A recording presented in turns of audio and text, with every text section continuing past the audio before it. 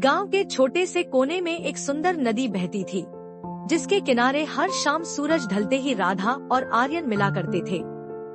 राधा गांव की सबसे चंचल और खूबसूरत लड़की थी और आर्यन पढ़ाई में अव्वल लेकिन बहुत ही साधारण लड़का। दोनों के बीच कुछ ऐसा जुड़ाव था जो शब्दों से बयां नहीं किया जा सकता था। राधा को फूलों से प्यार था और आर्यन को किताबों से।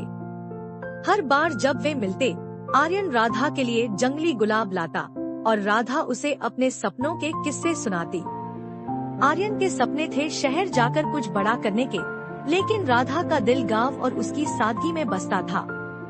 एक दिन आर्यन ने राधा से कहा, मैं शहर जा रहा हूँ। शायद कुछ साल लगे, लेकिन जब लौटूंगा तो तुम्हारे साथ अपना जीवन बिताना चाहूँगा। राधा के चेहरे पर हल्की मुस्कान थी, लेकिन उसकी आंखें भर आईं। उसने एक गुलाब आर्यन के हाथों में थमाया और कहा, तुम जाओ, पर मेरे इस फूल की तरह हमेशा खिले रहना। मैं तुम्हारा इंतजार करूंगी। समय बीतता गया।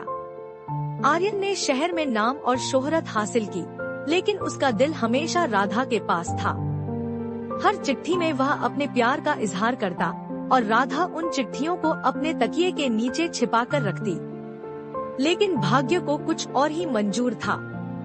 गांव में राधा की शादी की चर्चा होने लगी।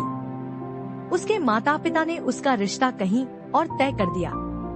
राधा टूट गई, लेकिन उसने अपने माता पिता की इच्छा के आगे झुकने का फैसला किया।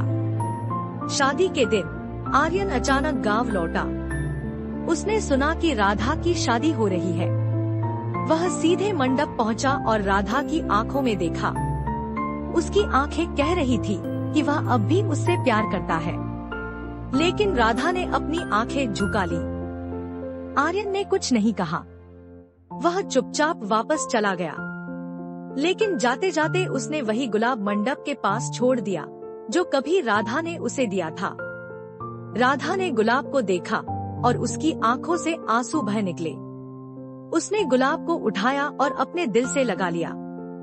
दोनों का प्यार अधूरा रह गया, लेकिन उनकी यादें हमेशा उनके दिलों में बसी रहीं।